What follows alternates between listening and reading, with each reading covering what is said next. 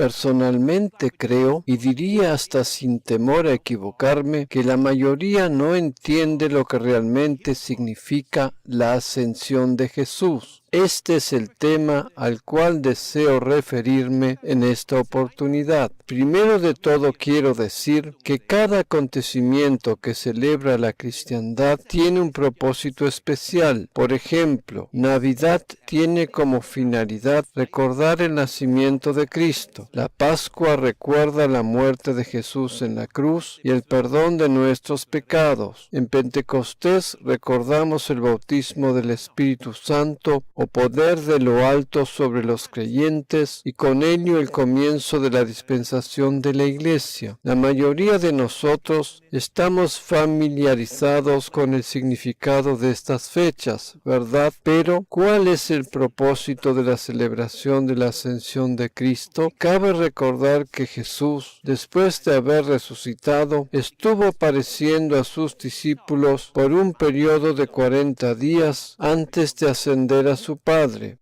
Después de la ascensión pasaron todavía 10 días hasta el derramamiento del Espíritu Santo sobre los 120 que estaban reunidos en el aposento alto. Eso quiere decir que entre la Pascua y el Pentecostés transcurrieron 50 días. En la numerología hebrea, el número 50 representa gracia desmedida. En resumidas cuentas, todos y cada uno de estos acontecimientos nos hablan de la gracia divina. Pero, ¿cuál es el propósito de la celebración de la ascensión de Cristo? ¿Acaso significa simplemente un día feriado en el calendario? No, es mucho más que eso. Vamos a considerar ahora el siguiente gráfico. La ascensión de Cristo nos da testimonio de 3 cosas en especial, a saber, el establecimiento de la dispensación de la gracia, el inminente arrebatamiento de la Iglesia y la próxima dispensación milenial. La ascensión de Cristo a los cielos marcó la cuenta regresiva hasta la llegada de Pentecostés. Todo esto está relatado en el primer capítulo de Hechos de los Apóstoles. Allí, en los versículos 10 y 11, leemos lo siguiente: y estando ellos, o sea, los discípulos, con los ojos puestos en el cielo, entre tanto que él se iba, he aquí se pusieron junto a ellos 2 varones con vestiduras blancas, los cuales también les dijeron: varones Galileos, ¿por qué estáis mirando al cielo? Este mismo Jesús, que ha sido tomado de vosotros al cielo, esto es la ascensión propiamente dicha, así vendrá como le habéis visto ir al cielo. Este es pues entonces el pasaje que nos habla de la ascensión de Jesús. Dicha ascensión nos muestra al mismo tiempo cuál es el próximo acontecimiento que habrá de suceder. Hay diferentes teologías y doctrinas sobre los temas centrales que atañen al cristianismo en general, pero no es mi intención entrar en demasiados detalles ahora. Existe la doctrina de la salvación, la doctrina sobre el Espíritu Santo, la cual es denominada pneumatología, la doctrina del tiempo final, denominada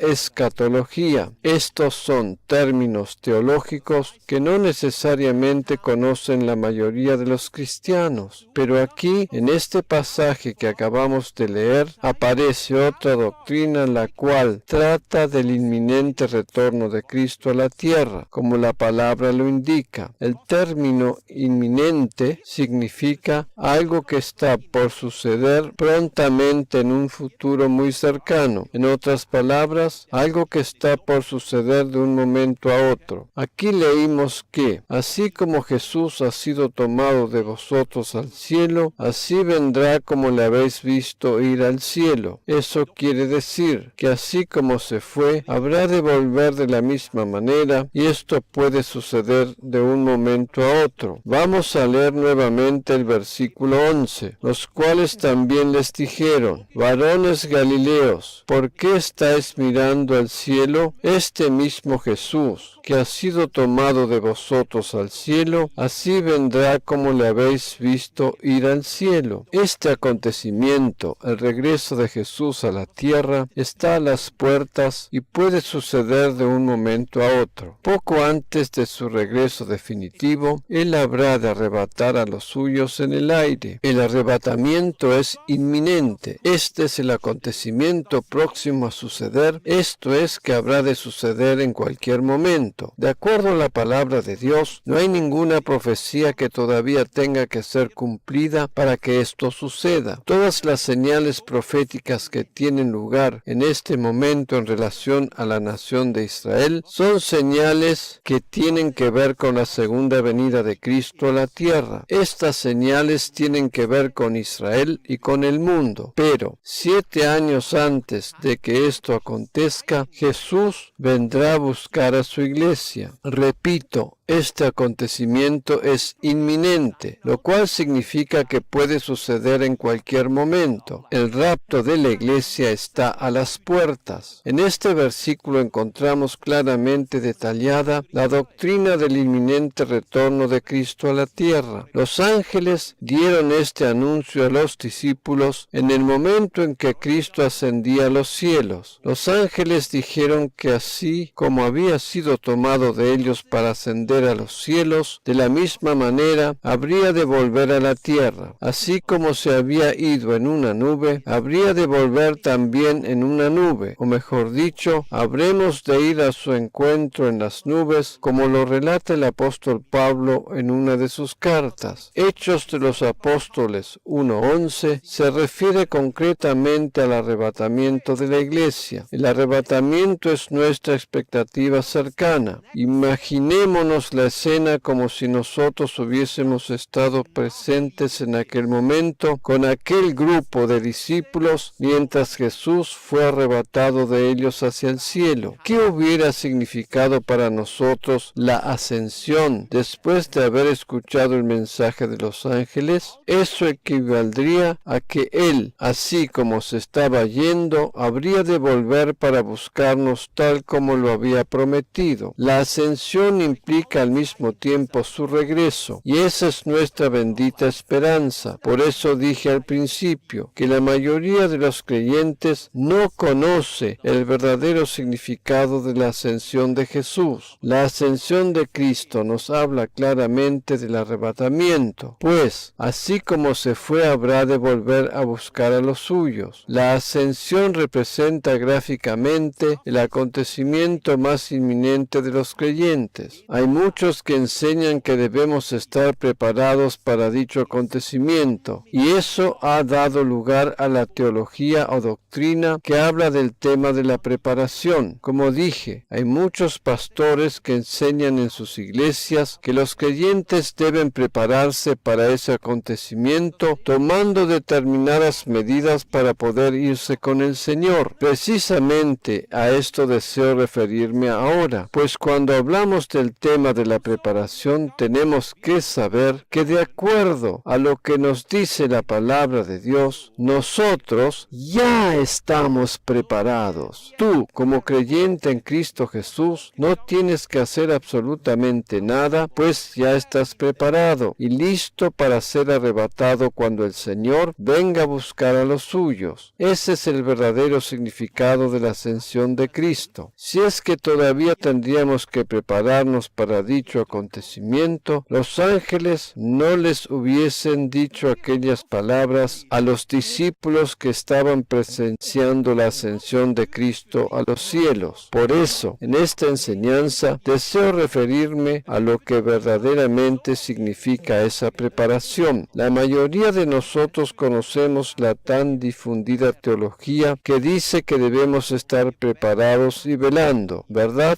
Independientemente de la denominación en que hayamos conocido el Evangelio, casi siempre se nos ha dicho lo mismo. Prácticamente es lo primero que se nos ha enseñado, ¿cierto? Es como que lo hemos mamado, como si fuera la leche materna desde que aprendimos a dar los primeros pasos en el Evangelio. Pero, ¿cuál es la verdadera preparación para este acontecimiento que está a las puertas? De acuerdo a lo que nos enseña la palabra de Dios, la cuenta regresiva está cada vez más cerca de llegar al final. De la misma manera que Cristo vino a la tierra y luego ascendió al cielo, habrá de suceder lo mismo con el Espíritu Santo que descendió a la tierra el día de Pentecostés, y habrá de ascender al cielo juntamente con la iglesia en el momento del arrebatamiento. Como sabemos, Jesús es el primero en todo, incluso en cuanto al Espíritu Santo mismo. Jesús tiene la primacía aún en cuanto a nosotros. Él fue el primero en ascender al cielo y nosotros habremos de ascender en el momento del arrebatamiento. En esta primera enseñanza de esta serie, deseo establecer las bases para lo que vamos a ver la semana próxima cuando tratemos el tema del Pentecostés. En esta serie vamos a hacer énfasis en los acontecimientos inminentes que tenemos por delante. Como sabemos, el término inminente describe una expectativa cercana. Nuestra expectativa cercana es el arrebatamiento y esto está por suceder de un momento a otro, tal como Jesús lo prometió, que así como subió al cielo, habría de volver a la tierra. La Biblia describe que Jesús, como el esposo, vendrá a buscar a su iglesia, la esposa. La pregunta que nos tenemos que hacer ahora es, ¿de qué manera está preparada la esposa para su llegada? En muchas denominaciones, especialmente en las pentecostales, se habla de que hay que hacer algo más para poder estar preparado para ese momento. Esta teología proviene de una falsa interpretación del pasaje de Mateo 24. Allí en el versículo 42 leemos lo que dijo Jesús: velad pues, porque no sabéis a qué hora ha de venir vuestro Señor. Una cosa es cierta, y es que no sabemos a qué hora ha de venir nuestro Señor. La Biblia nos dice que solo el Padre sabe cuándo es el día y la hora. Es principalmente este pasaje el que da origen a dicha teología mencionada anteriormente. La mayoría de los creyentes que escuchan esto lo asocian automáticamente con las 5 parábolas acerca de la preparación y vigilancia de las cuales nos hablan los evangelios. Yo ahora deseo referirme solo a 2 de ellas. Una de las cuales es la parábola de las 10 vírgenes y la otra se refiere a los 10 talentos. Pero como dije antes, son 5 en total las parábolas que nos hablan de este tema. La más conocida de todas es, sin duda alguna, la parábola de las 10 vírgenes. A esto me voy a referir más detalladamente en la próxima enseñanza, para entender correctamente lo que significa eso del aceite en las lámparas y el estar preparadas para la llegada del esposo. Podríamos resumir entonces que la teología de la preparación y la vigilancia, la cual ha causado tanta confusión en el cuerpo de Cristo, proviene de una interpretación errónea de las 5 parábolas descritas en los evangelios. Parte de esa confusión está basada también en los términos frío o caliente y sobre todo en la palabra tibio, del cual nos habla el libro de Apocalipsis. Ese término medio entre frío y caliente es sinónimo de no estar preparado. Otra cosa que se utiliza para atemorizar a los creyentes es diciéndoles que les han de ser quitados sus candeleros por no estar preparados. Sin embargo, permítanme decir algo muy importante. Ninguno de estos pasajes se refieren a diferentes tipos de creyentes. En otras palabras, estos pasajes no expresan que unos creyentes están preparados y los otros no. Acá no se trata del tipo de fe del creyente. Cuando Jesús hizo mención de la parábola de las 10 vírgenes, no estaba refiriéndose al tipo de fe del creyente, sino a la diferencia entre creyentes y no creyentes. La preparación para poder ser arrebatados no tiene nada que ver con nuestro tipo de vida. De hecho, nosotros ya estamos preparados a causa de nuestra fe en Cristo. El estilo de vida no nos sirve de preparación. Estar preparado y listo para ser arrebatado cuando Cristo venga a buscar a los suyos es simplemente el resultado de nuestra fe en Él. Si hemos aceptado a Jesús como nuestro Salvador personal, estamos preparados para su venida. No se trata del tipo de fe que tengamos o del tipo de creyente que seamos, sino simplemente de creer en Él. Se trata principalmente de la diferencia entre creyentes o inconversos. La advertencia en cuanto a estar preparado y velando no describe la forma en que una persona vive o el tipo de vida que lleva. Sus palabras solo describen si es creyente o si no lo es. Una persona que cree en Cristo como Salvador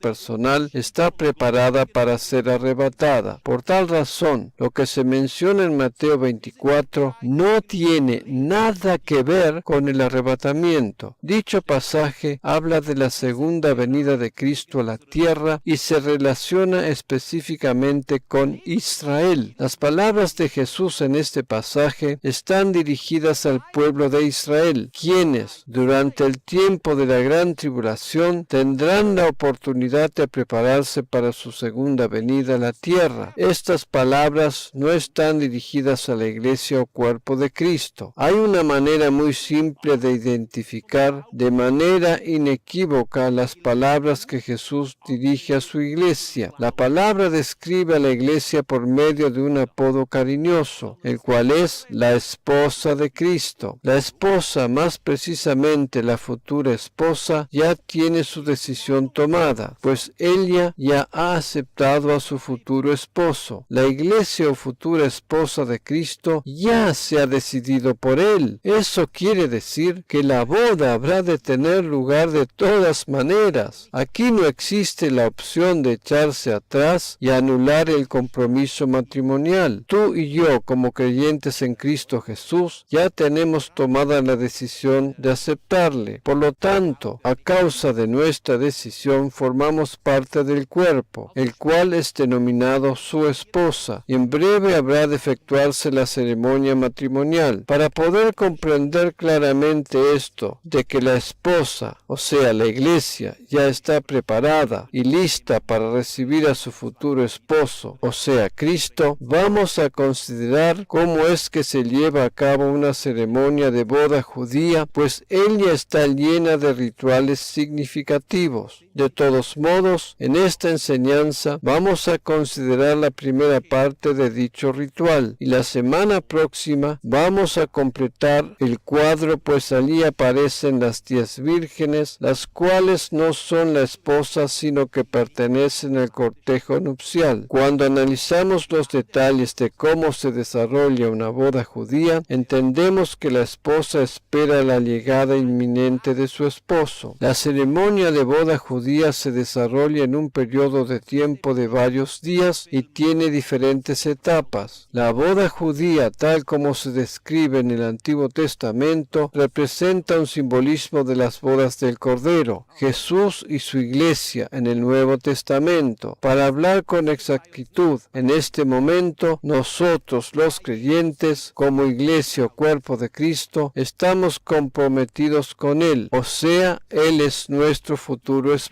esposo. El día en que aceptamos a Jesús como nuestro Salvador personal, sellamos nuestro compromiso con Él. La novia, aunque es la futura esposa, mientras es novia todavía no está casada. La boda habrá de consumarse más tarde. Eso es lo que habrá de suceder muy pronto. Por eso repito, en el momento en que aceptamos a Jesús como nuestro Salvador personal, sellamos nuestro compromiso con Él, pero todavía no se ha realizado la ceremonia matrimonial. Esta habrá de tener lugar en breve. De allí, pues, el primer paso hacia la denominada ceremonia matrimonial es el compromiso. En el gráfico que observamos a continuación, vemos los 3 primeros pasos o rituales de la ceremonia de boda judía. Como dije anteriormente, en la próxima enseñanza vamos a completar el cuadro. Lo primero que tiene lugar es el compromiso. En la tradición judía, el compromiso puede tener lugar mucho tiempo antes de la ceremonia de boda propiamente dicha. En otras palabras, es posible que el compromiso tenga lugar incluso algunos años antes de la boda. La futura esposa de Cristo, la Iglesia, está comprometida con Él hace ya muchos años. En realidad, en lo natural de la misma manera, pues antes de contraer enlace el novio y la novia establecen un compromiso. Ese sería el procedimiento normal, ¿verdad? De la misma manera también es en la tradición judía. El hombre y la mujer pueden comprometerse mutuamente aún siendo muy jóvenes, pero tienen que esperar algunos años para concretar la boda. Nosotros, como futura esposa de Cristo, habiendo sellado un compromiso con Él, estamos esperando el momento en que se realice la boda, o sea, tal como lo observamos en este gráfico. El compromiso, el cual equivale al momento en que aceptamos a Cristo como nuestro Salvador personal, es el primer paso hacia la boda. El próximo paso en dicho proceso era la estipulación y pago de la dote, lo que equivale al precio acordado para poder desposar a la novia. Cristo pagó con su sangre derramada en la cruz el precio por su futura esposa. El pago de la dote asegura el compromiso, el cual no puede ser diluido. Tengamos en cuenta que aquí estamos hablando de un compromiso serio y no de lo que lamentablemente sucede tan a menudo en la actualidad, cuando muchos compromisos, sea por el motivo que fuese, se deshacen como nada y no se les asigna validez alguna. En la tradición judía, el pago del precio de la dote señalaba el compromiso y le otorgaba la validez legal al mismo. En nuestra cultura occidental no conocemos algo así, pero esa era la situación aquí. Con su muerte en la cruz, Cristo ya pagó el alto precio por su futura esposa. El próximo paso en este proceso es que la novia o futura esposa comience a prepararse para el momento de la boda. La Biblia dice que la Iglesia es lavada y purificada por medio del lavamiento del agua de la palabra. Esto lo encontramos en Efesios capítulo 5. Por medio de la palabra de Dios, la Iglesia o futura esposa de Cristo es limpiada, santificada y purificada para el momento del encuentro con su amado. A causa de esa purificación, la Iglesia o futura esposa de Cristo no tiene manchas ni arrugas. Tal como sucede en la tradición judía, la futura esposa se prepara para el momento de la boda. Este proceso de preparación tiene lugar entre el compromiso y la ceremonia de boda propiamente dicha. Como dije, la Iglesia de Cristo experimenta ese proceso por medio del lavado del agua de la palabra. Precisamente en este momento en que estás escuchando o leyendo este mensaje, estás siendo purificado y limpiado por medio de la palabra de Dios. Ese lavado purificante elimina nuestras manchas y arrugas y nos perfecciona para el momento en que Cristo nos venga a buscar. Nosotros no somos los que hacemos posible que Cristo venga a buscarnos, nosotros solo nos preparamos para ese momento. Otro paso importante en el proceso de una ceremonia de boda judía es que, después del compromiso y el pago de la dote, el novio va a preparar una morada para llevar luego allí a su esposa. Esto Esto es lo que fue a hacer Jesús cuando les dijo a sus discípulos: en la casa de mi Padre muchas moradas hay. Si así no fuera, yo os lo hubiera dicho. Voy pues a preparar lugar para vosotros. Y si me fuere y os preparare lugar, vendré otra vez, y os tomaré a mí mismo, para que donde yo estoy, vosotros también estéis. Repito, después del compromiso, el novio va a preparar lugar para su esposa. En este momento, Jesús, como nuestro sumo sacerdote, está preparando moradas para nosotros en el cielo. Esto es lo que les dijo a sus discípulos en Juan 14. Esa morada celestial es la nueva Jerusalén. Jesús, como el esposo, va cumpliendo cada uno de los pasos de una ceremonia de boda tradicional judía, y antes de la ceremonia de boda está preparando el futuro hogar. La Biblia está llena de simbolismos que tienen que ver con lo que Jesús hizo y hace por nosotros. La misma tradición judía habla de ello, pero esto es ignorado por la mayoría. Por esa razón, los judíos nos necesitan para que les llevemos la revelación del Evangelio.